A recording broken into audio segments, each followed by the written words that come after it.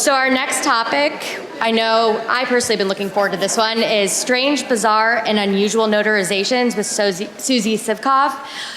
Ms. Sivkov joined the National Notary Association in 2004.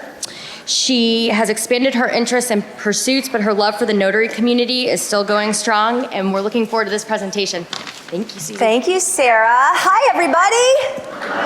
Hi, I'm Suzi. I'm with the National Notary Association, and I've been with the National Notary Association for almost 15 years now. I've been in 19 different states physically teaching notaries. I've also taught webinars in other states, and I even had the opportunity to present in Guam last year via webcam. So I've kind of been all over the map, and I've met a lot of notaries and heard a lot of fun stories, some of which were very strange and unusual, and I am going to share those with you today. But as Sarah mentioned, I've ventured out into other things as well, so I still love my notary community, but I'm also a wellness coach, and I teach dance fitness classes, right? And so I have made it a mission of mine to get every group I speak to dance.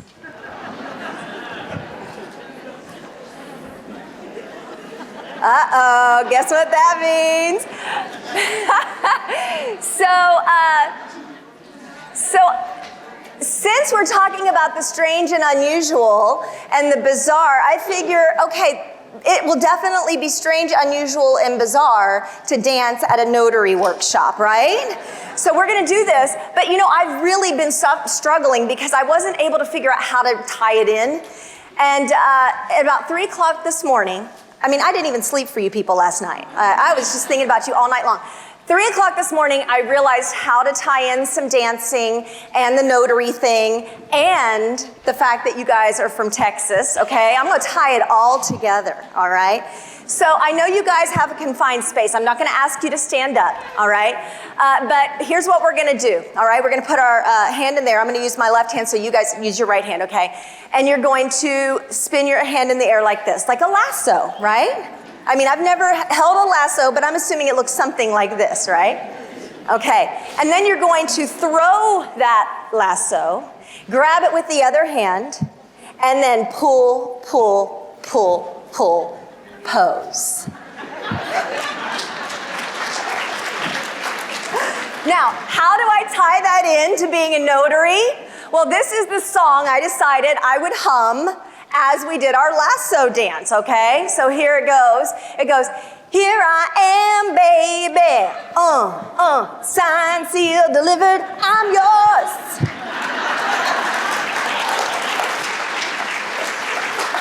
So are you guys ready to do this with me?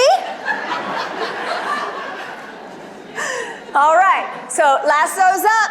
Ready? Here I am, baby. Throw it, signed, sealed, delivered, I'm yours.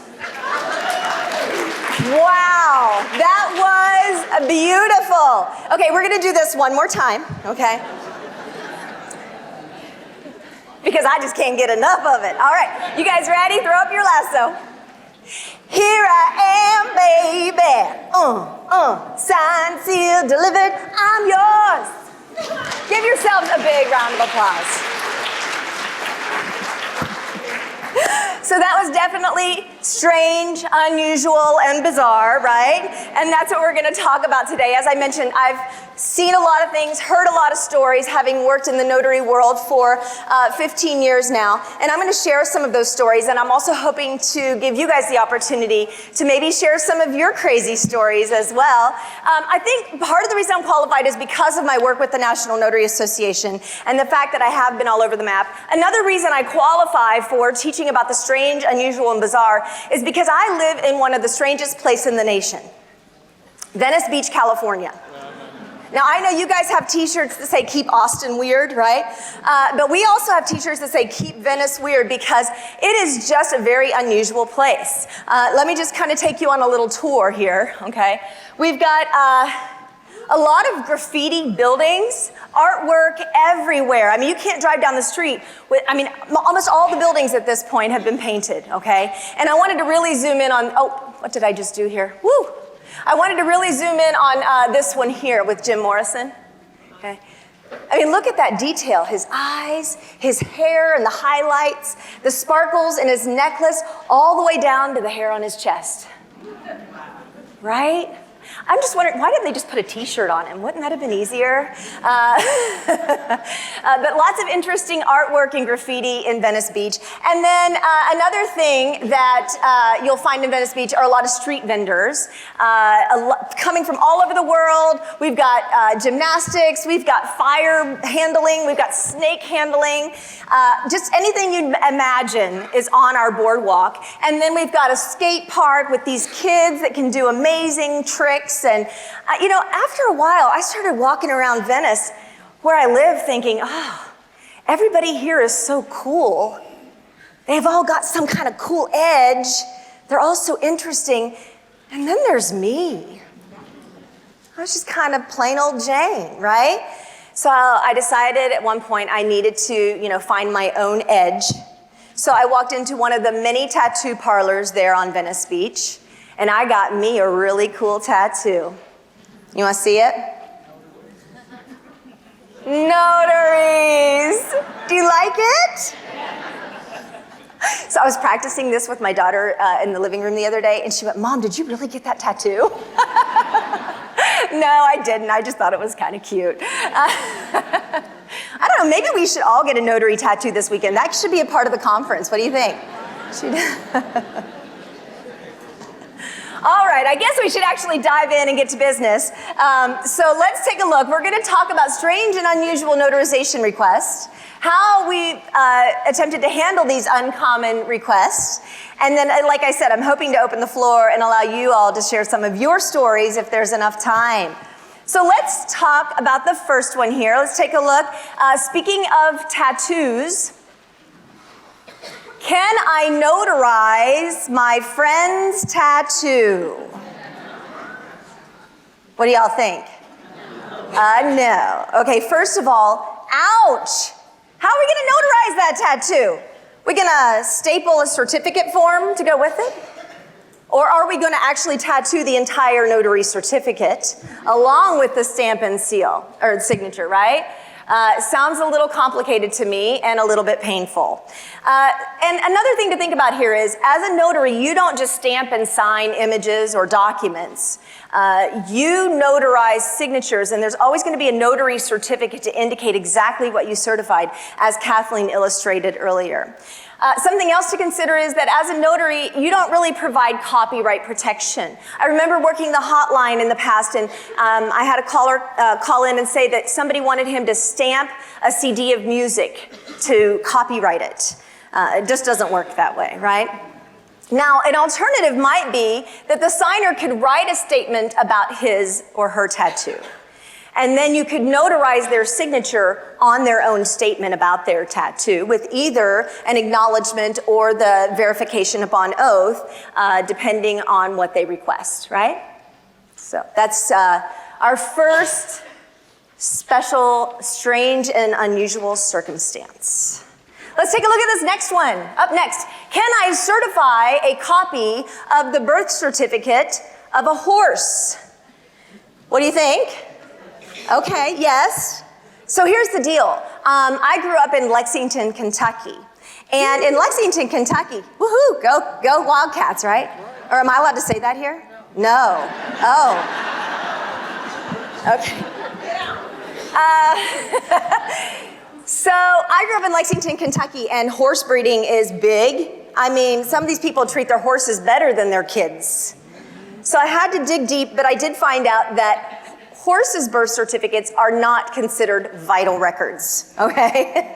As much as some people would like to think so. So as a Texas notary, you are authorized to certify copies as long as it's not a public or vital record. So of course, things like birth certificates, death certificates, marriage certificates, those would be off limits.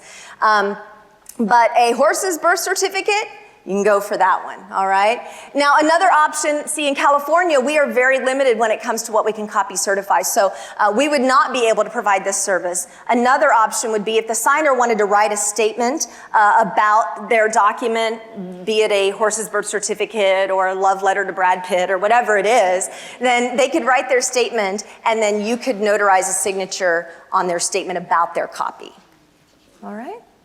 Let's take a look at the next strange and unusual circumstance. How do I notarize for someone with no hands? Okay, so first of all, don't make assumptions because they might be able to sign on their very own. I was in Starbucks the other day with my 2 children, and they were all mad because Starbucks was out of blueberry scones or pumpkin loaf or whatever it is they were wanting. And so they were sitting there whining and sulking, and then I look over, and there's a guy typing with his toes. So I did what every good mother would do. I laid on the shame and guilt. Shame on you for complaining about a blueberry scone. Look over here, right? But, you know, whether someone has hands or arms, they might be able to sign with their toes or their mouth, right? So don't make assumptions, first of all, okay? But if for some reason they can't provide their normal signature, then you could notarize by doing a signature by mark. Now, when doing a signature by mark, that person is still the one holding the pen, but they're just eking out whatever mark might work for them. I broke my hand skiing a few years ago, and it was my right hand. I had to have major surgery. I had 2 years of physical therapy. It was the craziest thing ever. And so I couldn't sign with my normal signature, and I was typically making a mark as my signature. Now, let me ask you something. If I'm making a mark, am I still the signer? Am I still the one holding the pen? Am I still the one executing the document? So I want to make sure you understand when somebody's signing by mark, they're still the signer and they're still signing, right? The fundamentals of notarization do not change. The signer still has to be face-to-face with you. And are you still going to require me to present ID? Absolutely. You still have to verify the signature of verify the identity of the signer and certify all of the facts required for that acknowledgement or that verification upon oath or jurat, okay? Another option here in Texas, signature by stamp would be considered kind of similar to the signature by mark. That's right. In fact, Texas even has allowances for notaries who need to make signatures with stamps. Okay. Signature by proxy. This is something that Texas allows where a signer might ask the notary to sign on the principal's behalf. And in that case, there are specific steps. The notary would sign on behalf of the principal in the presence of the principal, but also in the presence of an impartial witness. And then there's a statement that must be made that the notary is affixing the signature in the presence of that impartial witness, okay? Power of attorney, Kathleen brought that up earlier, but if somebody has appointed someone else to sign on his or her behalf, then you would actually be notarizing the signature of that appointed person rather than of the principal. And then any situation where you might encounter something special, always make that note in your record book or your journal, okay?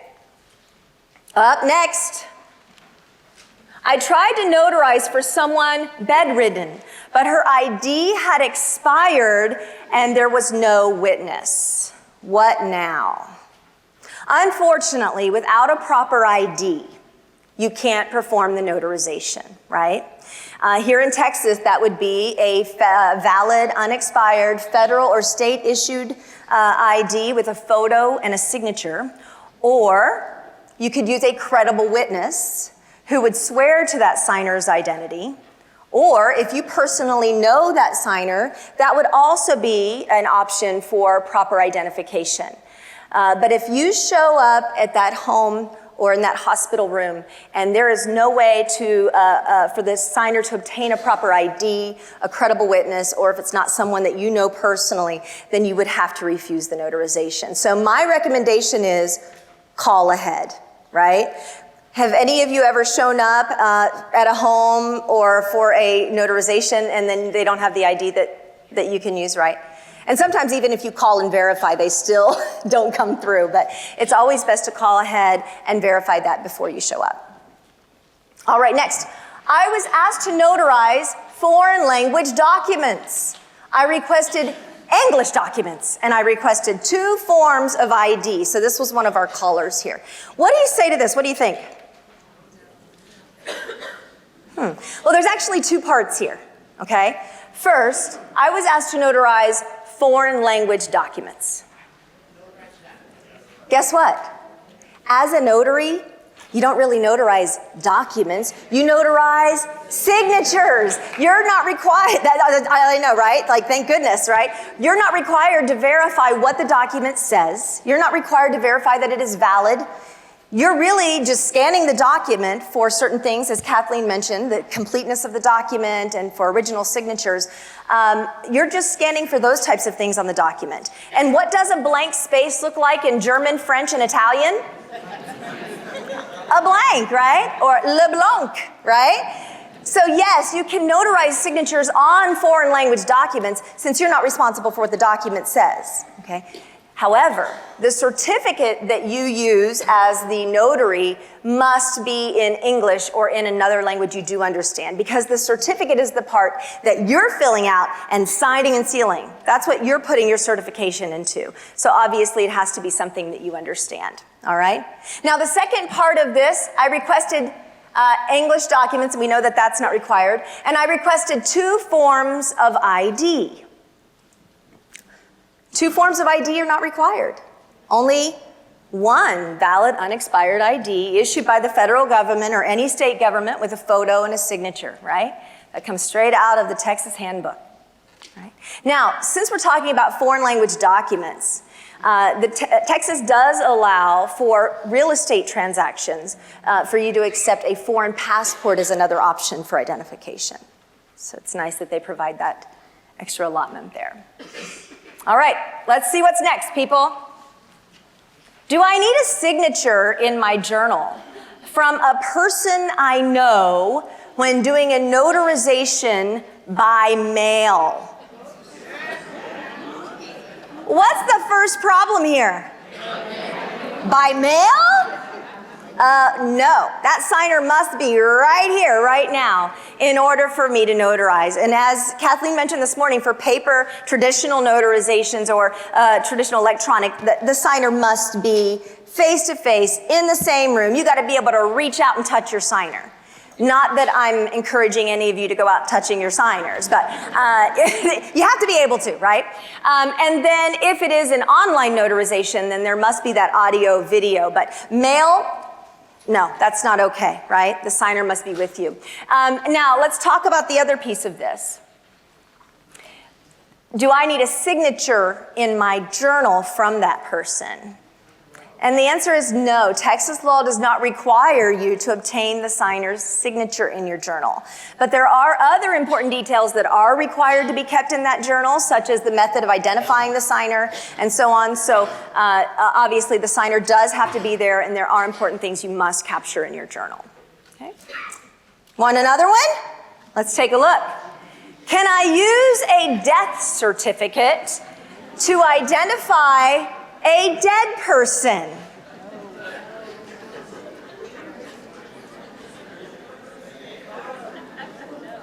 I'm letting you think about this one for a moment.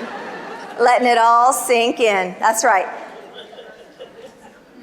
How is that person, that dead person, going to appear before you?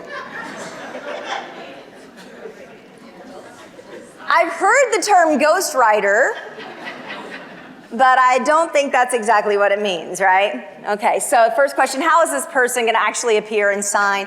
You can't notarize the signature of a dead person. And then, as far as the death certificate as ID, well, vital records are not considered valid IDs according to our state's requirements, right? Now, if you're notarizing the signature of the executor, the one that has been appointed to oversee that deceased person's estate, well, then that's okay. You're notarizing for the actual executor. Not to be confused with executor. If the executor of the deceased shows up, call 911. Okay.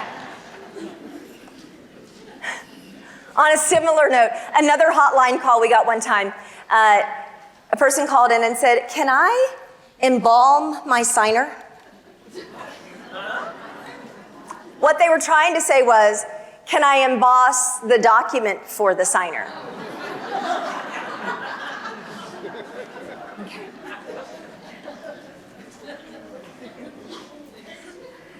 Up next, can I use police documents, a birth certificate, or a social security card as ID for a homeless signer? Unfortunately, no, right? Because again, these do not meet the ID requirements here in Texas. So obviously, if that signer could find a credible witness who is willing to vouch for him or her, then that would probably be the best approach in this situation, all right? We had a Notary of the Year honoree a few years ago, Kelly Charbonnet, who lives in Santa Monica, California, and she had been showing up at work, and every time she would walk past the alley to get to her office, she would have to step over a couple of guys. And, you know, they would kind of like make jokes sometimes or greet her with a good morning, and she just kind of would keep walking, you know. And then at one point she decided she couldn't ignore these guys any longer, that she just felt bad and she wanted to figure out how she could help them.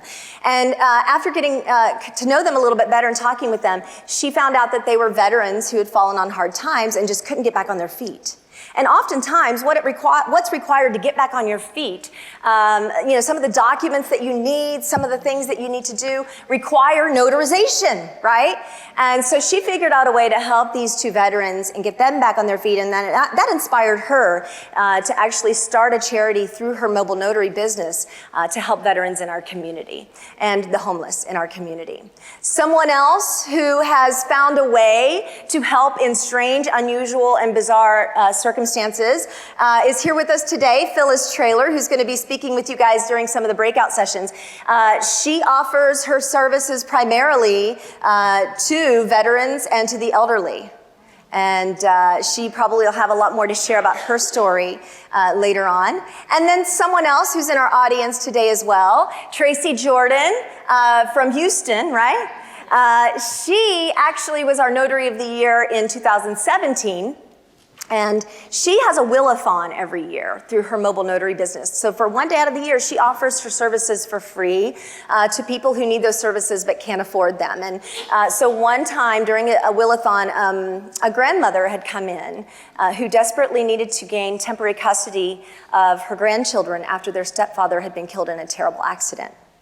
And she didn't even want to stop there. After helping the grandmother with the notarizations, she started a GoFundMe to help the family who was suffering terribly. So these are just 3 examples of notaries who've turned the bizarre into the beautiful and the strange stories into success stories. And I know that a lot of you have done the same.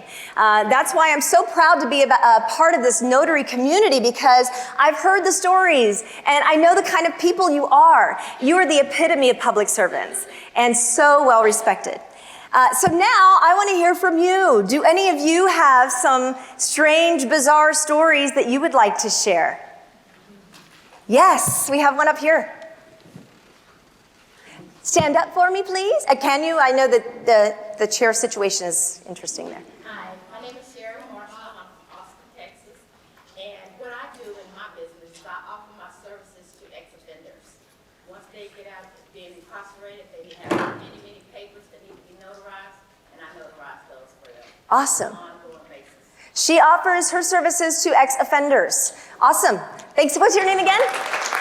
Cheryl. Thank you, Cheryl. Oh, all right. Kathleen, she's going to bring around this fancy orange box. Okay, this is going to come flying through the air, and I know. I was wondering if Because we I should literally throw can that. I throw it. wasn't sure. I didn't want to knock anybody out. all right, so I'll try to help you. Who's next? Who wants to share? Please, we want to hear from you. Anyone have any strange, bizarre, unusual notarizations to share? Come on, people. Come on, guys. No? No sharing? Kathleen, you've got the mic. Why don't you share what you shared with me right before the seminar, or before the workshop? Are you guys hearing me okay?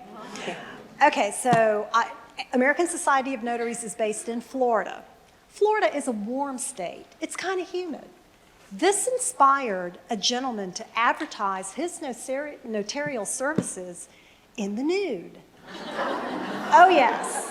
And it wasn't enough for him to offer the services. He put pictorial evidence of his nude notary services for everyone to see. He ran a newspaper ad, and that's special when you get to see a nice black and white, grainy newspaper ad with a little fuzzy box. Yeah, and he did wear a construction hat. I don't know if that was a personal statement. If he thought, I'm balding, I kind of want to cover that up. We have no idea, but it was all the rage and all the conversation throughout all the notaries in Florida. So, The nude notary. yes, nude notary services. Yep. Some of you inspired by that?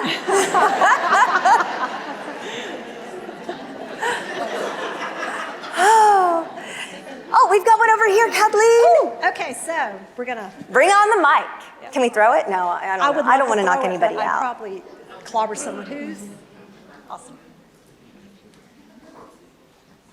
And just kind of hold it. Okay. A few months ago, I went to go take care of a notarization at a nursing home. And I thought that was the last place that there was any violence.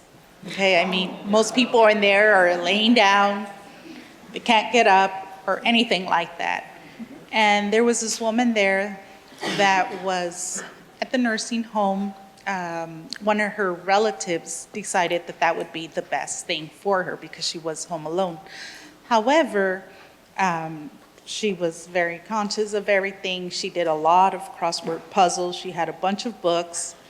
And she had doctors coming in and out and checking her memory. And she was just great.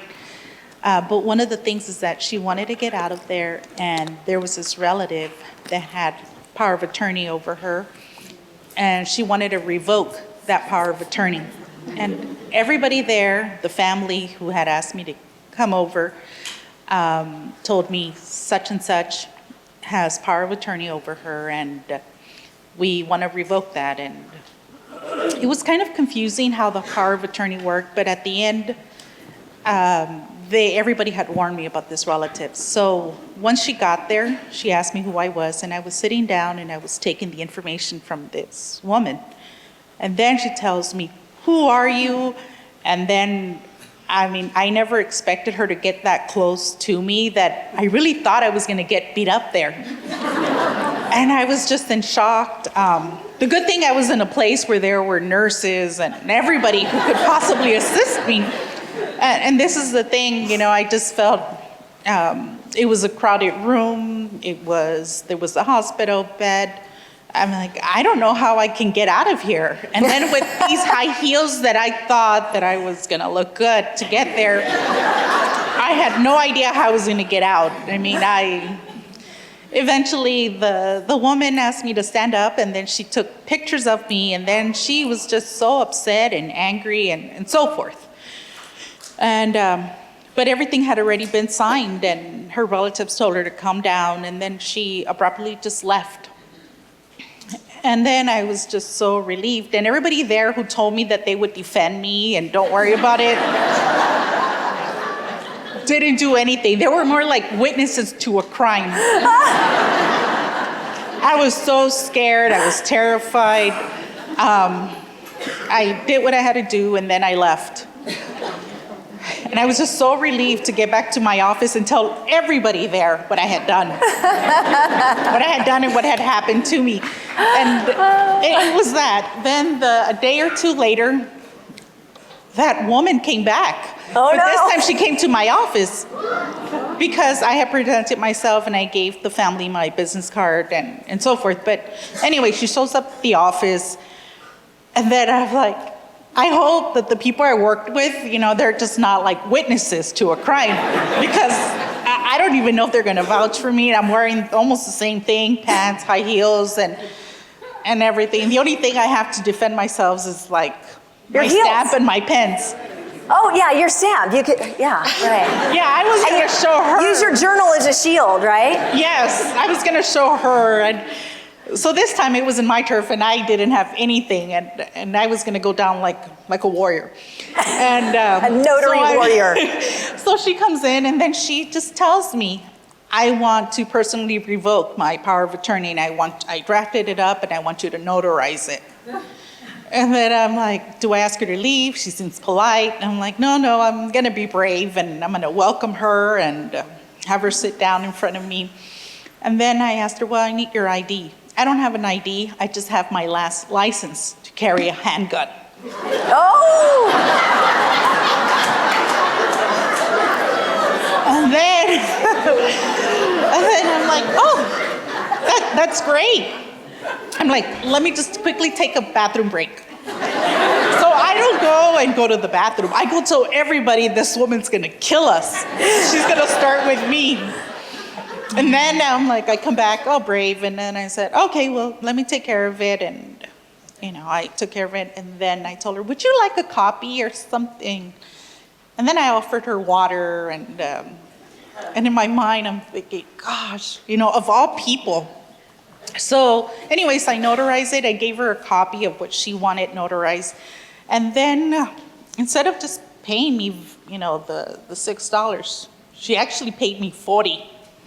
And that was just like, it was just weird. And I was like, well, I'll take it, but I don't want her to accuse me of theft or anything like that. But then I'm like, no, I'll just keep it. And I just call it a good day. And that I was able to make it that day too. So then she leaves.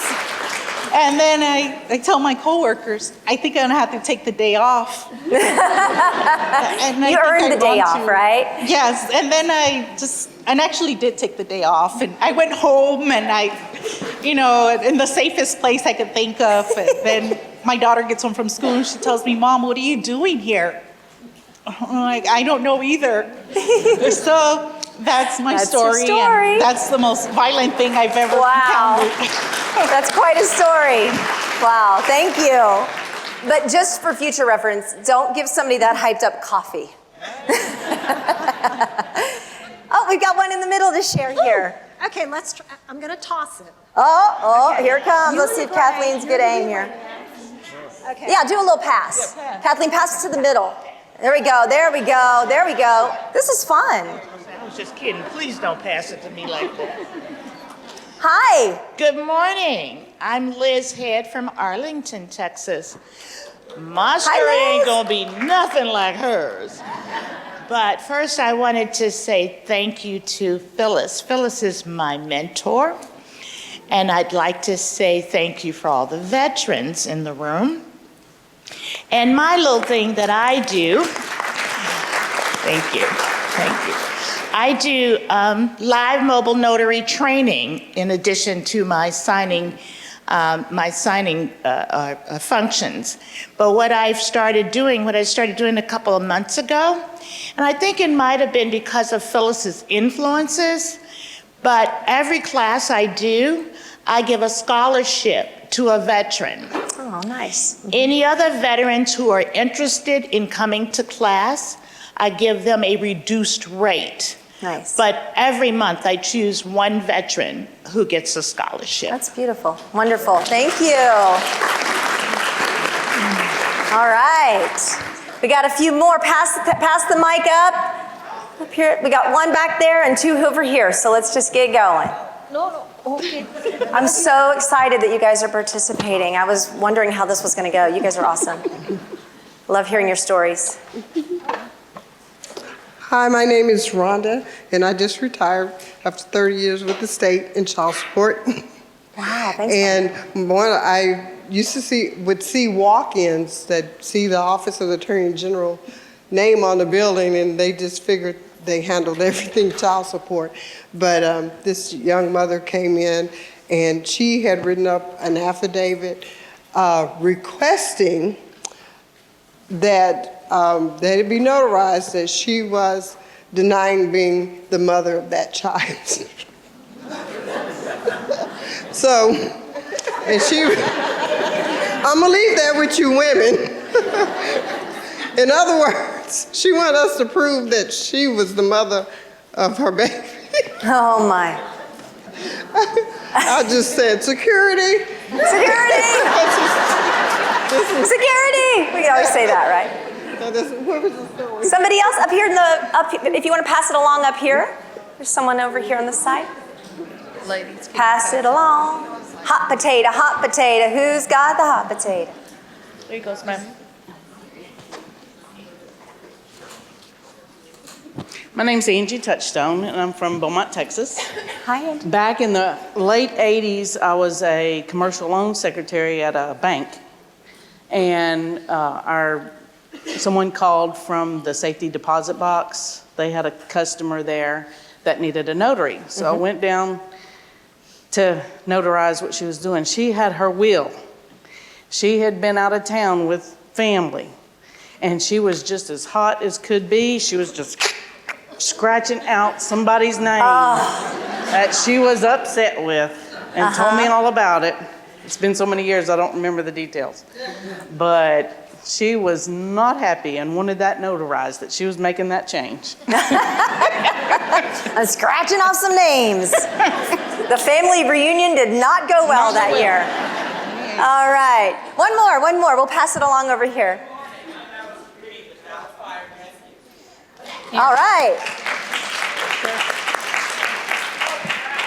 That I came today. Oh, one caveat. Y'all need to go ahead and give us one of these extra bathrooms over here and let the men go to the other side. Now, other thing is this. I have the wonderful privilege of being the nurse that gets to take care of our firefighters for the city of Dallas, Dallas Fire Rescue. Wow. And I also take care of the immunizations for our police department and fire department. Wow. I am also the case manager for when they have an exposure incident. The reason for me coming here today is because when they actually fill out the affidavit of any, they have to come before a notary and have it signed. I am that nurse that gets the privilege of not only taking care of them, but making sure their business get taken care of.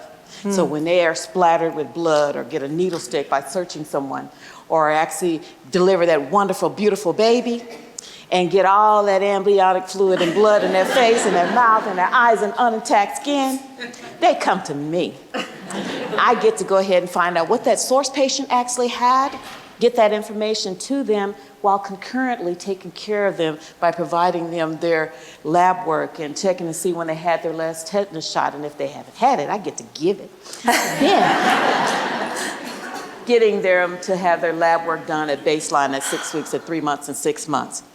A lot of us don't realize how important our firefighters and our police officers are to us. I'm a Marine myself.